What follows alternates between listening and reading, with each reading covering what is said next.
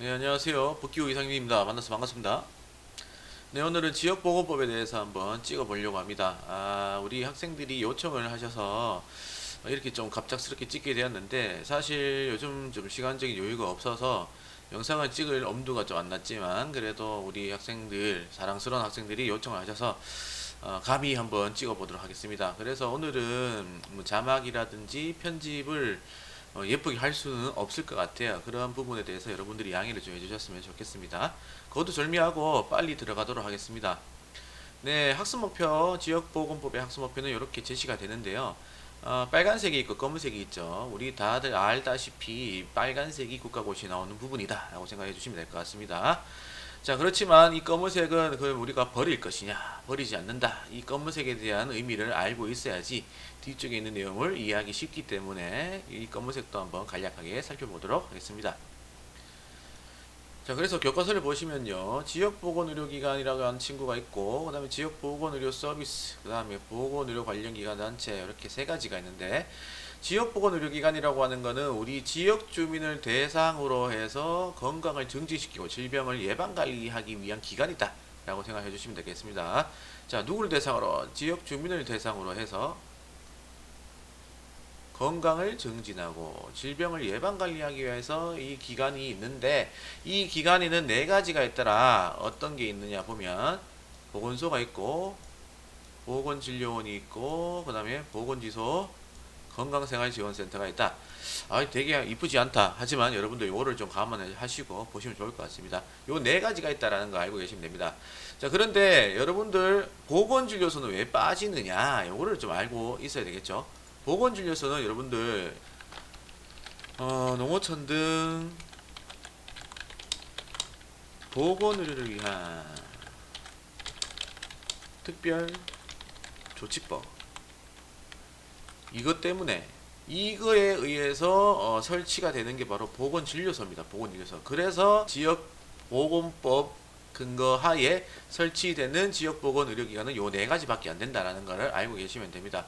다시 한번 정리를 하자면은 지역보건법에 근거해서 우리가 말할 수 있는 지역보건의료기관은 네 가지밖에 없다라는 거야. 오케이? 보건소, 보건지소, 보건의료원, 건강생활지원센터 네 가지밖에 없다.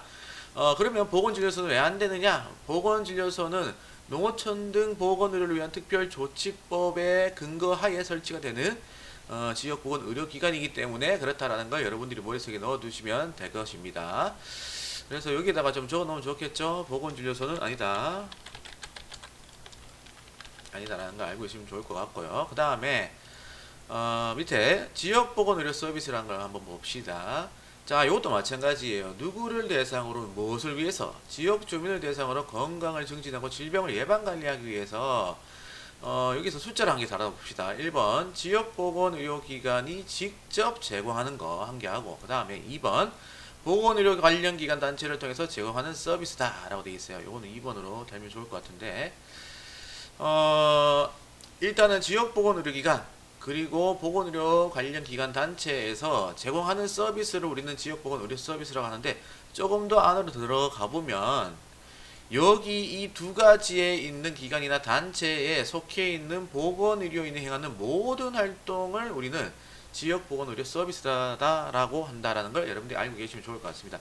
다시 한번 정리하자면 지역보건의료기관, 즉 보건소, 보건지소, 보건의료원, 그 다음에 건강생활지원센터 안에 있는 보건의료원이 행하는 모든 활동, 보건의료원이 행하는 모든 활동, 그리고 또 하나 보건의료 관련 기관 단체에 속해 있는 보건의료인, 즉 보면은 좀 이따 보겠지만 의료기관이라든지 약국, 보건의료인 단체, 여기 안에 속해 있는 보건의료인이 행하는 모든 활동을 우리는 지역보건의료 서비스다라고 한다라는 걸 여러분들이 알고 계시면 될 것 같습니다.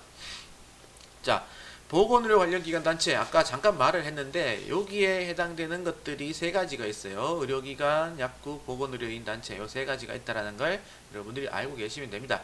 그래서 제2조 정의는 요 정도까지만 알고 계시면 돼요. 자, 그 다음에 우리 다음 학습 목표인 지역보건의료계획의 수립 과정에 대해서 한번 보러 가봅시다. 159페이지 가보면 지역보건의료계획이 나오죠. 자, 보면은 일단 이 지역보건의료계획 수립이라고 하는 건 별표 두 개를 좀 달아주셔야 됩니다. 자, 오늘 별표를 찾아도 별표가 없네요. 그래서 하트를 한번 달아볼게요. 하트.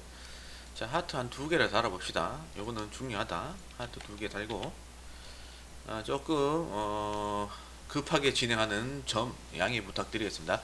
자, 일단 지역보건의료계획 수립에서 우리가 봐야 될 게, 도대체 지역보건의료계획은 누가 세우느냐 이거거든. 그러면 보면 시도지사가 세우고요, 그 다음에 시장군수구청장이 세웁니다. 이 두 명이 세우는데 몇 년마다 세우느냐? 4년마다 세웁니다. 4년마다 세우는데 이 수립 과정이 중요해요. 그래서 제3항과 제4항에 따라 수립한다 라고 되어 있어요. 요 수립 과정도 여러분들 중요하니까 하트를 하나 달아보자. 이 수립 과정 제3항을 한번 보러 가볼까? 자, 한번 보러 가보시면요, 일단 3항하고 4항이 있는데 여기에 대한 내용이 여기에 있습니다. 자, 한번 보시면요, 시장군수구청장이 일단은 지역보건의료계획을 수립을 하게 됩니다. 지역보건의료계획 가안을 들고 가요.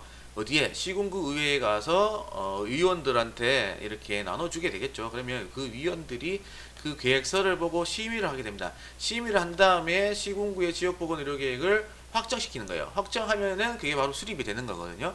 이렇게 시군구의 지역보건의료계획이 수립이 되면 시군구 의회에 보고를 하게 되고요. 그 다음에 시도지사에게 제출을 하게 됩니다. 그 다음에 제출을 받은 시도지사는요, 마찬가지예요. 이 시군구의 지역보건의료계획을 바탕으로 해서 시도의 지역보건의료계획을 가안을 만들어 갑니다. 가안을 만들어 가서 시도위원회에 가서 심의를 받게 되는 거예요. 마찬가지 시도위원회에 있는 위원들한테 이 계획서를 건네주면서 심의를 해주세요 라고 합니다. 그러면 심의를 받은 이 시도의 지역보건의료계획은 확정이 되겠죠. 확정이 되면서 수립이 됩니다. 그러면은 이것도 마찬가지 시도의회에 보고가 되고요. 그리고 마지막 보건복지부 장관에게 제출이 되는 겁니다. 이런 형태로 지역보건의료계획이 수립이 된다라고 보시면 될 것 같아요. 아까 제가 잠깐 말씀드렸는데 시도 지역보건의료계획은요, 시군구의 지역보건의료계획을 바탕으로 해서 수립을 해야 됩니다. 왜냐하면 방향성이 같아야 되기 때문에 그래요. 시군구의 지역보건의료계획이 A라고 하는 방향성을 띠고 있으면 시도의 지역보건의료계획도 A라고 하는 방향성을 띄어야 된다는 거예요. 만약에 시군구의 지역보건의료계획이 A라고 하는 방향을 띠고 있는데 시도의 지역보건의료계획이 B라고 하는 방향성을 띠고 있다라고 한다면은 이거는 일률적이지 못하는 겁니다. 뒤에 가서 보시면 알겠지만 지역보건의료계획을 세울 때는 세부 내용들이 있거든요. 거기에서 시도지사하고 시장군수구청장이 세워야 될 내용들이 중복되는 게 있어요. 그렇기 때문에 방향성이 같아야 된다는 겁니다. 그래서 시도지사는 시군구의 지역보건의료계획을 바탕으로 해서 시도의 지역보건의료계획을 수립해야 된다는 거 알고 계시면 됩니다. 자, 그 다음에 보건복지부 장관이 제출을 받았겠죠. 시도의 지역보건의료계획을 제출을 받게 되면요, 살펴볼 겁니다. 보건복지부 장관이 딱 살펴보면서 야, 이 부분은 수정을 해야 되겠구나 라고 싶은 부분이 있을 거예요. 그런 부분에 대해서 시도지사한테 이것 좀 수정하세요 라고 말할 수가 있습니다. 그렇죠? 그러면 시도지사는 알겠습니다, 수정하겠습니다 라고 말을 할 것이고, 그리고 아까 제가 말씀드렸죠. 시도의 지역보건의료계획하고 시군구의 지역보건의료계획은 방향성이 같아야 된다라고 했었습니다. 맞죠? 그래서 시도지사가 시장군수구청장에게 보건복지부 장관이 이러한 부분을 수정하라고 했으니까 너도 여기에 대한 부분을 수정을 해라 라고 이야기를 할 수가 있는 겁니다. 자, 요게 바로 지역보건의료계획의 수립 과정인데요. 시장군수구청장에서 시도지사 다음에 보건복지부 장관까지 이렇게 올라가죠. 올라간 다음에 보건복지부 장관에서 다시 시도지사로 내려오고 시도지사에서 다시 시장군수구청장으로 내려오게 됩니다. 그러면 이렇게 깔때기 모양으로 수립 과정이 형성이 된다 라고 보시면 될 것 같습니다. 자, 그래서 3항하고 4항 같은 경우에는 여러분들이 한번 읽어보시면 될 거예요. 아까 제가 설명한 내용이 다 나와 있으니까 읽어보시되 여기에는 우리가 또 표시를 좀 해놓고 공부를 하셔야겠죠. 중요하다고. 자, 하트를 좀 달고요. 그 다음에 7항도 여러분들 여기에다 동그라미를 쳐놓고 공부를 해주면 좋을 것 같다. 여기도 마찬가지. 여기에도 하트를 달고 공부를 해주시면 되겠습니다. 자, 이렇게 하면 또 학생목표 한 개가 끝나는 거고, 자, 그 다음에 우리가 알아야 될 게 뭐냐면 이 지역보건의료계획에서 들어가는 전반적인 내용이 무엇인지 알아볼 필요가 있습니다. 그래서 여기 1호부터 5호까지가 있죠. 요것도 중요하니까 별 때려놓고 보시면 될 것 같은데요. 일단 가장 먼저 우리가 지역보건의료계획을 수립을 할 때에는 우리 지역 주민이 무엇을 원하는지 파악을 해줘야 돼요. 그래서 보건의료 수요를 측정해 줘야 됩니다. 수요라고 하는 건 무엇을 원하는지, 요거를 측정하는 거거든요. 요거를 측정해야 됩니다. 예를 들어서 어떤 뭐 여기는 땡땡시에서 어떠한 지역에서 지역 주민들이 고혈압에 대해서 막 알고 싶어 한단 말이야. 근데 지역보건의료계획에서는 당뇨병에 대해서 막 계획을 하고 있단 말이야. 그러면 그게 안 맞죠. 요구에 맞지 않는다. 그러면 그 계획은 의미가 없어진다는 거죠. 그렇기 때문에 수요를 측정하는 것이고, 그 다음에 지역보건의료 서비스에 대한 장단기 공급 대책을 우리가 내용을 넣어야 된다는 거예요.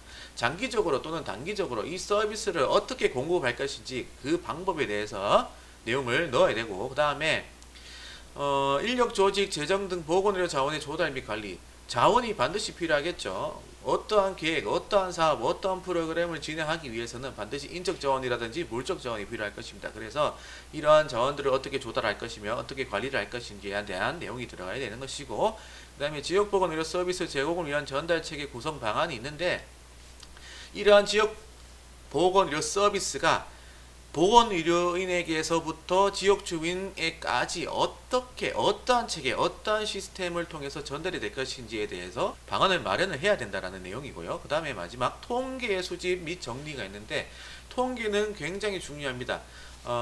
현황을 알 수가 있는 부분이 되겠고요. 그리고 나중에 되어서는 평가에도 활용이 되는 것입니다. 그래서 이 통계가 굉장히 중요하다는 거 여러분들이 알고 계시면 되겠어요. 우리가 지역사회 간호과정에서 2차 자료 수집을 할 때, 여러분 마지막 지역사회 간호학 실습 2 있죠. 그때 나갔을 때 지역사회 간호과정을 할 때 2차 자료 수집을 할 때 자료를 참고했었잖아요. 그 자료가 바로 지역보건의료계획이라는 걸 참고적으로 알고 계시면 될 것 같습니다. 자, 그 다음에 2항을 보면요. 우리가 아까 지역보건의료계획은 시도지사나 시장군수구청장이 수립을 한다라고 했었어요. 4년마다 수립을 하는 것이다 라고 말씀을 드렸는데, 그러면 정말 4년마다만 수립을 해도 되는 것이냐 생각을 해볼 필요가 있는데, 요거는 4년마다 수립을 하지만 그래도 매 연차마다 연차별 계획이 또 세워져야 된다는 거예요. 왜냐하면 4년마다 계획을 수립하는 것이지만 그 안에 매년마다의 어떠한 것을 할 것이다 라는 계획이 필요한 거거든. 그리고 연차마다 평가가 이루어져야 되는 것이기 때문에 시도지사하고 시장군수구청장은 매년, 여기 매년 있지, 매년마다 연차별 시행계획을 수립해야 된다라고 되어 있어요.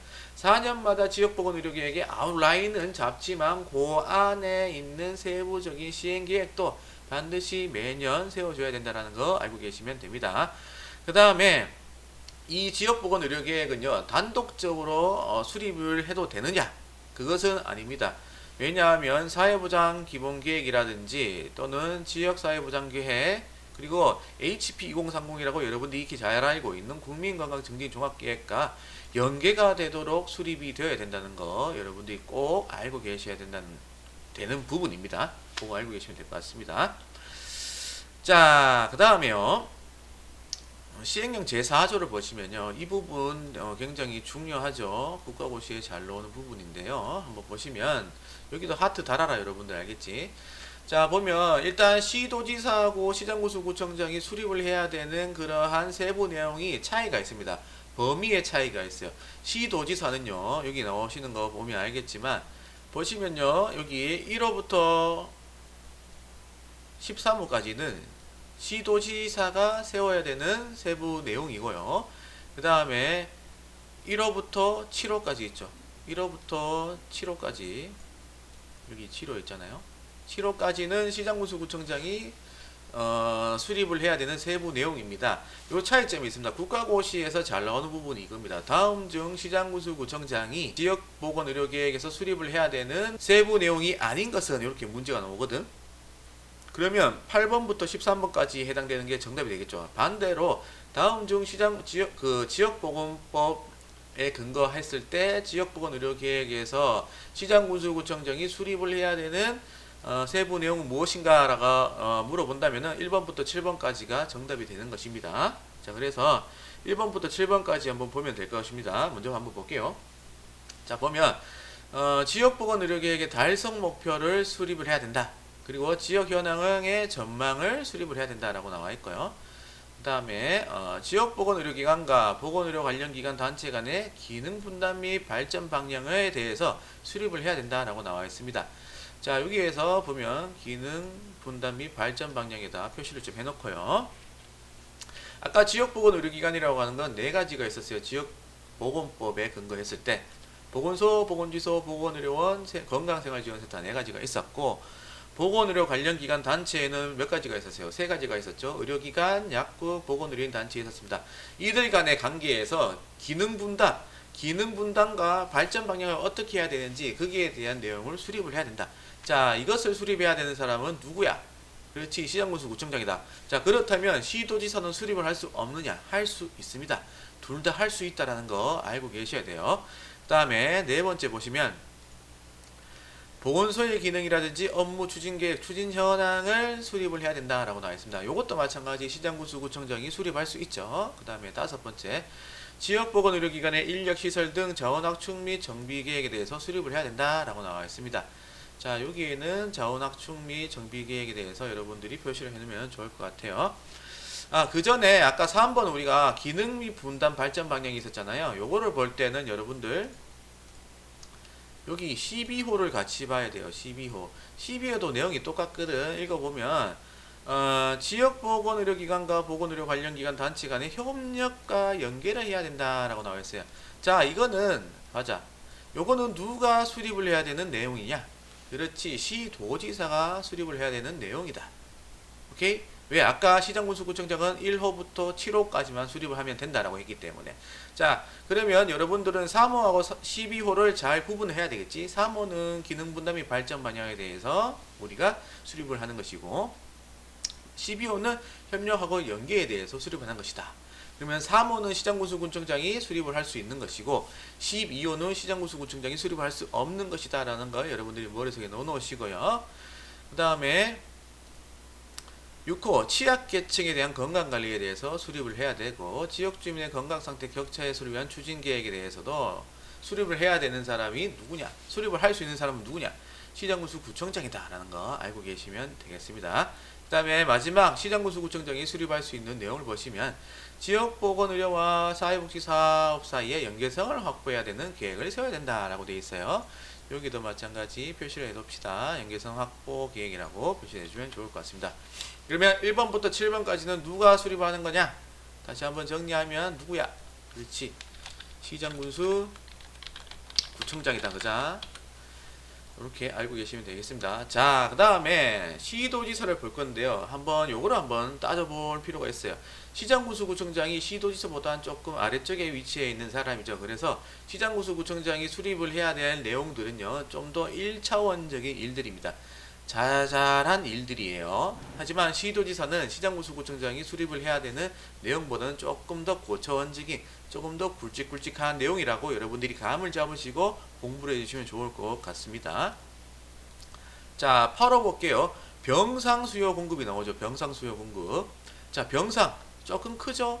아까 같은 경우에는 병상의 이름이 안 나왔었죠. 아까는 뭐 자원들 관리하고 이런 것들이 나왔죠. 그 다음에 9번째, 정신질환자 등을 치료를 위한 전문치료시설 수요 공급이라고 있습니다. 전문치료시설 여기다 표시해 놓고, 저 병상, 전문치료시설 이런 것들은 다 굵직굵직한 것들이에요. 그렇죠? 그 다음에 10호를 보면요, 시군구 지역보건의료기관의 설치 운영 지원이라고 나와 있어요. 자, 기관을 설치한다. 이거 좀 크죠? 아까 같은 경우에는 기관을 설치하는 것이 아니라 시장군수구청장이 수립을 할 수 있는 것은 자원에 대한 내용이었어요. 자원확충, 정비를 어떻게 할 것인가 이런 것들이었는데, 지금 시도지사는 큰 것들이에요. 병상을 뭐 확보하는 것이고, 전문치료시설을 확보하는 것이고, 지역보건의료기관을 확보하는 것이다. 전부 다 좀 큰 것들이다. 그죠? 그 다음에 밑에 시군구 지역보건의료기관 인력에 대한 교육훈련을 실시하는 것이다. 교육훈련, 인력의 교육훈련 표시해 놓고요. 조금 이따 뒤에서 나오겠지만 전문 인력에 대한 교육훈련을 시키는 사람은 보건복지부 장관하고 시도지사입니다. 그래서 이 두 명이 관여를 하게 되는 겁니다. 그렇기 때문에 시장군수구청장은 인력의 교육훈련에 대한 계획을 세울 필요는 없어요. 그렇기 때문에 시도지사가 인력의 훈련에 대한 계획을 수립해야 된다는 걸 여러분들이 머릿속에 넣어주시면 될 것 같고요. 13호는 나머지 이제 시도지사가 필요하다고 인정하는 그러한 것들을 내용의 계획에 포함을 시키면 된다라는 겁니다. 이렇게 하면 정리가 되는 겁니다. 자, 이 시행령 제4조는 중요하다고 제가 아까 말씀을 드렸죠. 그렇죠? 그래서 하트를 한 개 좀 답시다. 아까 여러분들한테 달아라고 했는데 한번 달고 넘어가겠습니다. 요거 구분하는 거 굉장히 중요하니까 여러분들 알고 계시면 좋을 것 같습니다. 그렇게 하시고 참고적으로 알아야 될 게, 우리가 이제 지역보건의료계획을 수립을 할 때는 우리 지역 주민들의 요구들을 파악하기 위해서 어떤 것을 원하는지 파악하게 하기 위해서 홈페이지 등에 2주 이상 공고를 하게 돼 있어요. 의견을 수렴하기 위해서, 의견을 수렴하기 위해서 그런 것들도 참고로 알고 계시면 되겠습니다. 자, 그 다음 162페이지 가볼게요. 자, 그 다음에 한번 봅시다. 자, 보건소 설치에 대한 게 나오는데요. 일단 우리가 알아야 될 게, 지금부터는 좀 간략하게 갈게요. 보건소하고 보건지소하고 건강생활지원센터 있잖아요. 요거는 어떤 기준에 따르냐면은 대통령령으로 정하는 기준에 따릅니다. 그거 알고 계셔야 되고, 그리고 해당 지방자치단체의 조례로 설치를 할 수 있다라는 거를 알고 계시면 좋을 것 같습니다. 자, 일단 제10조를 보시면요, 보건소의 설치는 변한 게 거의 없는데 이제 추가 설치에 대한 부분이 좀 추가로 들어와 있습니다. 그래서 일단 여기 제10조의 본문이 나와 있는데요. 제10조의 본문보다는 우리는 지역보건법 시행령 제8조를 보는 게 훨씬 더 효율적입니다. 그래서 한번 보시면요, 보건소를 추가로 설치할 수 있는 경우는 크게 네 가지로 우리가 볼 수가 있어요. 첫 번째, 시군구의 인구가 30만 명을 초과하는 경우, 이게 첫 번째고요. 두 번째는 보건의료 기관 현황을 고려해서 우리가 추가로 설치할 수 있고, 세 번째는 보건의료 여건을 고려해서 우리가 설치할 수 있고요. 그 다음에 네 번째는 아동이나 여성, 노인, 장애인 등 취약계층 있잖아요. 취약계층의 의료 수요를 고려해서 우리가 보건소를 추가로 설치할 수 있다는 거 여러분들이 알고 계시면 좋을 것 같습니다. 요거는 이번에 바뀌었어요. 그래서 여러분들 요거 좀 잘 봐주시면 좋을 것 같습니다. 여기도 하트를 좀 달고 넘어갑시다. 자, 그 다음에 우리가 보건소를 추가로 설치할 때에는 행정안전부 장관과 보건복지부 장관이 서로 협의를 해야 된다는 거 우리 잘 알고 있으시죠? 지역사회 관할에서 보건소는 이원화된 체계를 가지고 있다라고 우리가 말씀을 드렸는데, 이 문구를 보면 우리는 그 이원화된 체계라고 하는 그러한 것을 떠올릴 수 있어야 된다는 거죠. 그래서 이런 부분들도 알고 계시면 좋을 것 같다. 뭐 참고로 뭐 이원화된 체계를 가지고 있기 때문에 보건소는 단점으로 뭐 간호의 특수성 결여가 될 수가 있다라는 거 있고, 그 다음에 또 업무의 혼란을 초래할 수 있다라는 그러한 단점이 존재한다라는 거 알고 계시면 될 것 같습니다. 일단 행정안전부 장관이 돈하고 사람을 관리하는 것이고, 보건복지부 장관은 뭐 보건정책에 대해서 관여하는 거잖아요. 그죠? 그래서 이제 우리가 어떠한 정책을 펼치려고 하면 사람도 필요하고 인적 자원도 필요하고 물적 자원, 돈도 필요하잖아. 그지? 근데 우리 마음대로 할 수가 없다라는 거야. 왜? 왜냐하면 행정안전부 장관이 돈하고 사람을 관리하기 때문에 그렇다라는 거 참고적으로 알고 계시면 됩니다. 자, 그렇게 하면 보건소 설치는 끝났고요. 제11조 요것도 중요한 거예요. 자, 마찬가지 보건소의 설치 굉장히 중요하죠. 자, 보건소의 기능 및 업무 요것도 중요한데, 이 부분은 여러분들이 읽어보시면 다 알 수 있는 부분들이에요. 그래서 뭐 제가 뭐 따로 언급해 드릴 필요는 없을 것 같고요. 그 대신 이제 난임의 예방 및 관리 이 부분이 있잖아요. 이 부분은 우리가 새롭게 들어온 부분인데요. 한 2년 전인가 들어왔을까요? 제 기억상으로는 그렇게 기억이 되는데, 몰라, 요즘에 내가 기억력이 조금 좀 나이가 먹으니까 기억력이 좀 이상해지는 것 같아. 하여튼 여러분들 추가되었다라는 거는 일단은 알고 계시면 될 것 같아. 자, 난임의 예방 및 관리, 난임의 예방 및 관리도 관리를 해야 되는 것도 보건소의 업무다, 기능이다라고 보시면 될 것 같은데, 근데 얘는 의료 취약지에 있는 보건소일 경우에 이렇게 난임의 예방 및 관리에 대한 업무를 수행하게 된다라고 보시면 될 것 같습니다. 반드시 수행하는 것은 아닙니다. 업무를 수행할 수 있다라고 되어 있어요. 자, 뭐 이 항을 보면요, 보건복지부 장관이 지정하여 고시하는 의료 취약지 보건소에서는 업무를 수행할 수 있다라는 거죠. 반드시 수행해야 된다는 것은 아니다. 자, 우리가 난임의 예방 및 관리라고 하면 굉장히 거창한 뭐 시술을 하나라고 생각할 수가 있는데, 다음 페이지 가보시면 난임 시술 주사제 투약에 관한 지원 및 정보 제공을 바란다라고 되는데, 이 업무를 담당한다라는 거야. 거창한 것이 아니라 난임 시술 주사제 투약에 대한 지원이라든지 또는 정보를 제공해주는 그러한 업무를 하게 된다라는 거 그거 참고적으로 알고 계시면 되겠고요. 그리고 우리가 또 알아야 될 게 보건소는 보건의료인과 보건의료기관의 지도 관리를 할 수 있다라는 건데 보건의료인이라고 하면 굉장히 많은 종류가 있어요. 여기 보면 의료인도 있고 의료기관도 있고 의료기사도 있고 보건의료정보관리사도 있고 안경사도 있고요. 그리고 응급의료에 대한 것도 지도 관리할 수 있고요. 보건소는 그 다음에 공중보건의사나 보건진료전담공무원, 보건진료소장을 말하는 거죠. 그 다음에 보건진료소에 대한 지도, 약사, 그리고 마약, 향정신성 의약품에 대한 지도 관리, 그다음에 공중위생, 식품위생에 대해서도 우리가 지도 관리를 할 수 있다라는 그 부분을 여러분들이 알고 계시면 되겠습니다. 요거 단계 더 볼까? 자, 지역보건의료정책의 기획조사 연구평가를 한다. 자, 지역보건의료정책이라고 하는 건 쉽게 생각하면 여러분들 그냥 보건소에서 시행하고 있는 사업이라든지 또는 프로그램이다 라고 생각해 주시면 될 것 같습니다. 그것을 기획하는 거 그렇게 알고 계시면 될 것 같고요. 조사는 우리가 뭐 건강실태조사 같은 거 하죠. 보건소에서 그렇게 이해를 해 주시면 되겠고, 연구는 뭐 검사라든지 실험 이러한 것들로 여러분들이 이해해 주시면 될 것 같고요. 평가는 기획을 하게 되면 어떠한 사업이나 프로그램을 돌리게 되면 수행을 하게 되면 반드시 평가가 이루어지기 때문에 이렇게 평가라고 하는 단어가 들어왔다라는 거 알고 계시면 되겠습니다. 말하다 보니까 또 해주고 싶네. 저기 5호를 보면요. 여기 지역보건의료 서비스를 제공한다라고 되어 있는데 가목에서 아목까지는 여러분들 그거다. 보건소에 실습 나갔을 때 실제 존재하고 있는 부서에서 시행하고 있는 프로그램이나 사업들 있지. 그거를 생각하면 따로 외우실 게 없을 것이라는 거 알고 계시면 됩니다. 요것도 하고 싶네요. 보건의료 관련 기관, 단체, 학교, 직장 등과의 협력 체계를 구축한다. 보건소하고 학교하고 협약이 맺어져 있기 때문에 여러분들이 실습을 나갈 수 있는 것이고요. 그리고 보건소에서 우리 학교 측으로 요청을 하는 경우도 있습니다. 이런 사업을 하는데 좀 도와주세요. 또는 요청드립니다. 라고 합니다. 협조를 요청합니다. 라고 하는 그런 부탁도 합니다. 그런 것들이 있다는 거 알고 계시면 되겠어요. 자, 그렇게 보고요. 자, 그 다음에 보건의료는 알잖아. 병원 요건을 갖춘 보건소를 이야기하는데 병원 요건이라고 하는 건 병상 30개 이상을 갖춘 보건소다 라고 보시면 될 것 같고요. 보건지소는 똑같이 아까 보건소처럼 초두에도 말씀드렸다시피 대통령령으로 정하는 기준에 따라서 해당 지방자치단체의 조례로 설치하게 된다라고 보시면 됩니다. 해당 지방자치단체의 조례라고 하는 건 우리의 지역, 우리 지역의 지방자치단체의 조례를 이야기하는 거예요. 다른 지역의 지방자치단체의 조례를 의미하는 것은 아니다 라고 보시면 되겠습니다.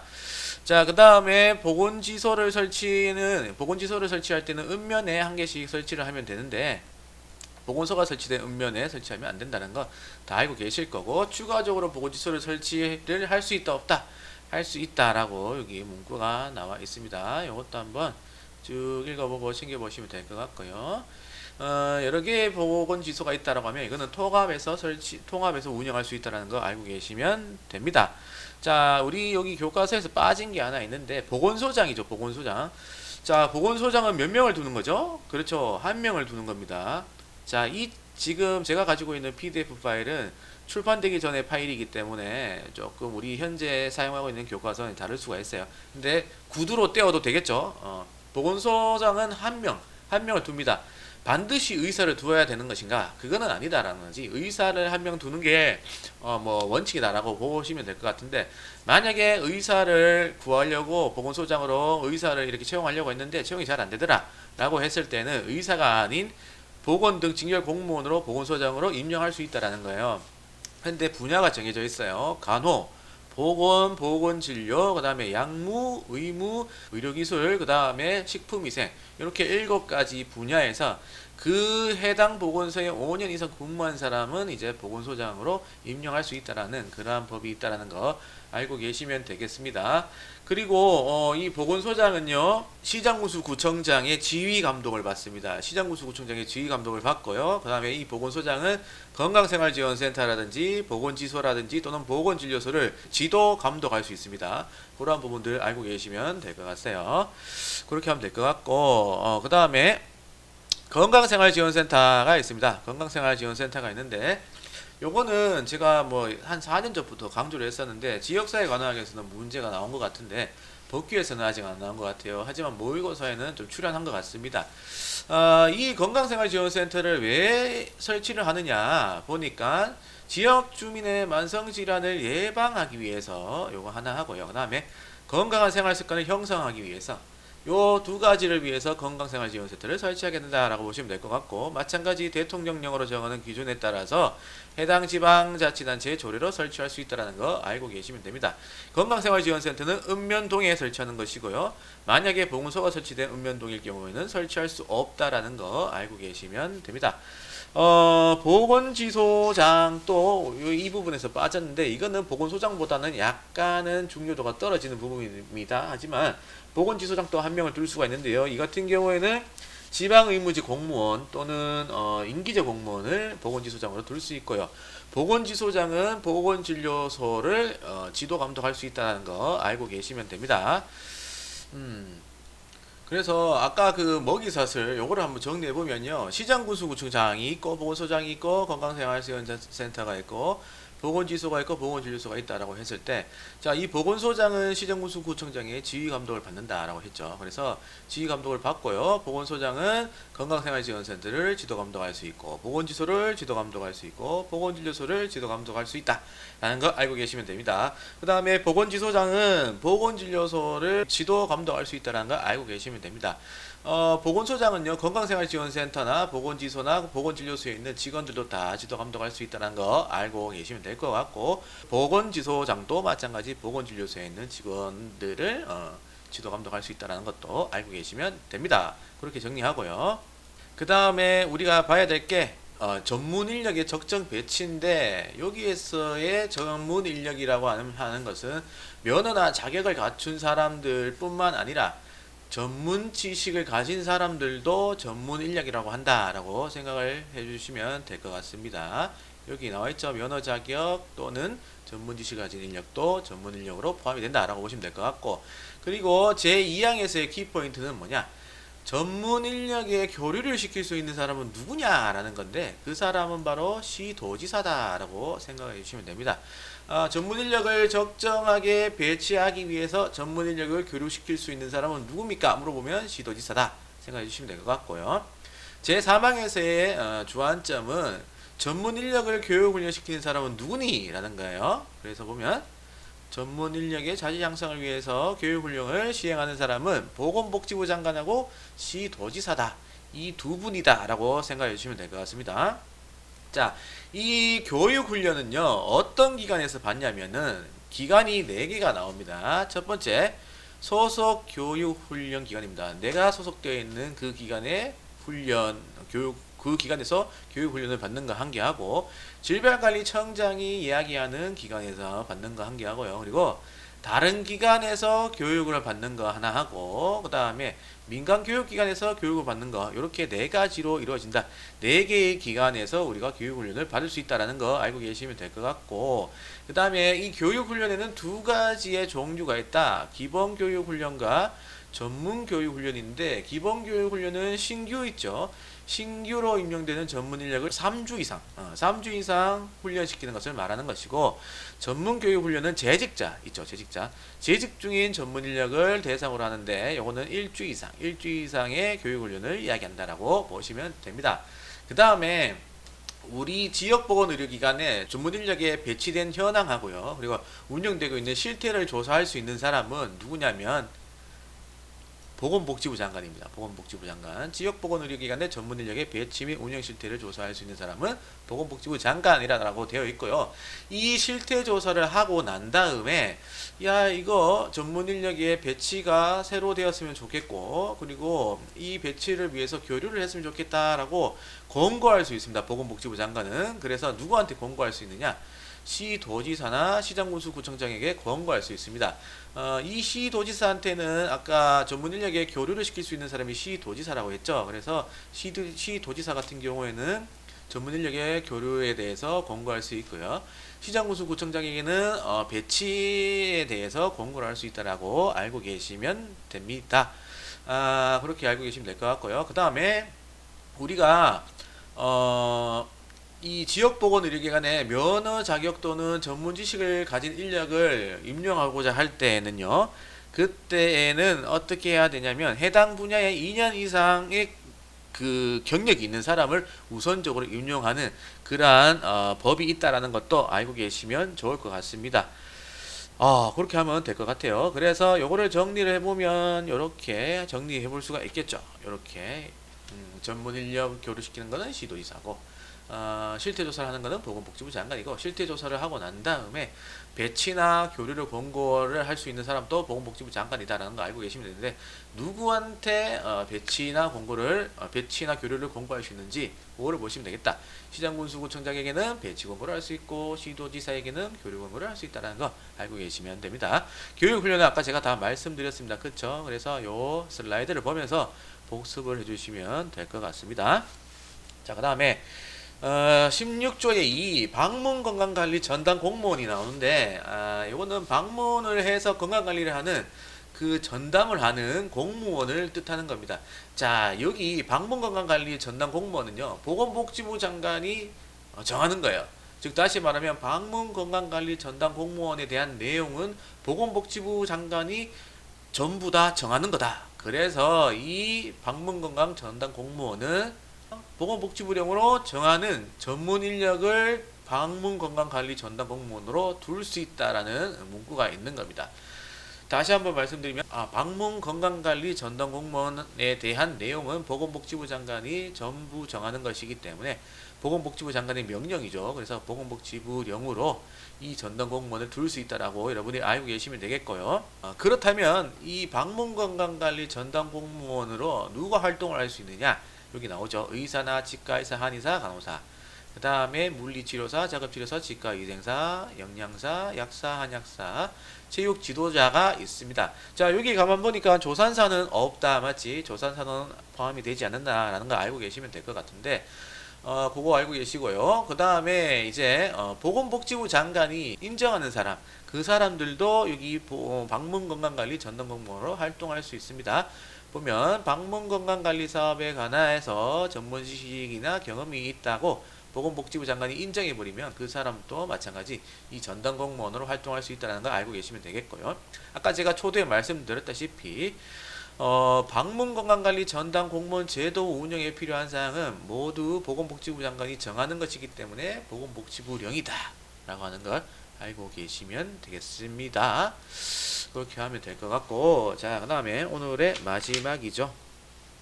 건강검진 등의 167페이지죠. 건강검진 등의 신고인데요. 요거를 알기 위해서는 백그라운드 지식이 있어야 돼요. 의료법에 대한 지식이 있어야 되는데, 의료인이 아닌 사람은 의료행위를 할 수 없다라고 합니다. 우리 다 알고 있는 거잖아, 기본적으로.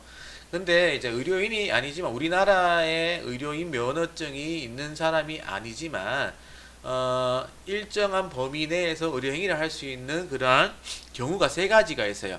그 경우에 해당되는 사람이 지역주민 다수를 대상으로 해서 건강검진이라든지 순회 진료 같은 거를 한다고 했을 때에는 반드시 실시하기 10일 전까지 보건소장한테 신고를 해야 된다는 겁니다.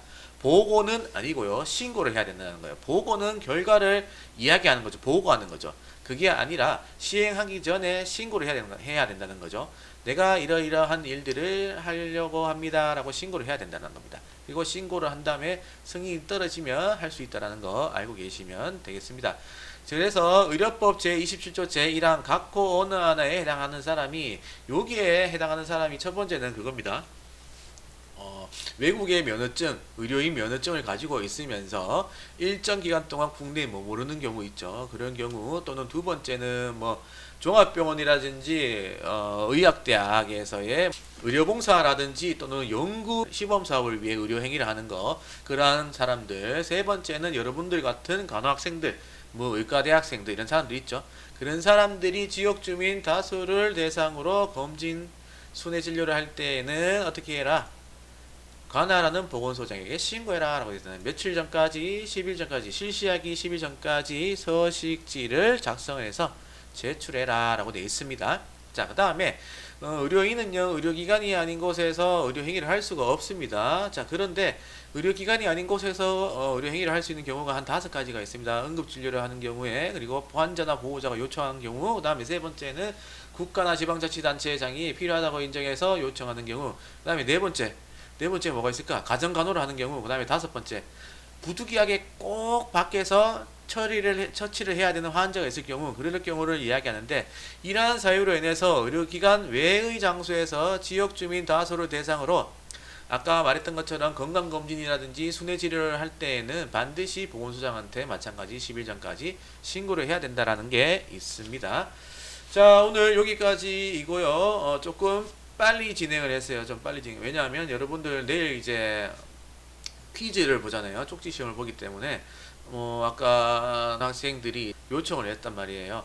강의 시간 법규책을 처음 보니까 너무 따라오기 힘들다라고 해서 그 마음이 너무 아파가지고 나도 여러분들 내 쪽지 시험 공부를 함에 있어서 조금이나마 도움이 될 수 있도록 좀 빨리 말을 했어요. 빨리 끝내려고.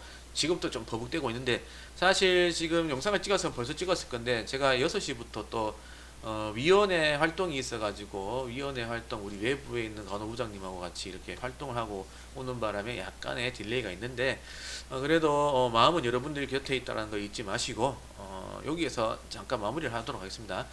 내일 뵙겠습니다. 도움이 좀 됐으면 좋겠네요. 양해의 말씀 좀 한 번 더 다시 한번 구하겠습니다. 지금 뭐 편집이라든지 또는 뭐 화려한 효과 이런 것들은 기대를 하지 않으셨으면 좋겠습니다. 시간적인 여유가 좀 많이 없기 때문에 그러한 점들 양해해 주시고, 다음에 시간이 좀 넉넉할 때 그때는 좀 제대로 된 영상을 좀 촬영하도록 하겠습니다. 편집도 좀 예쁘게 하고요. 예, 수고하셨습니다.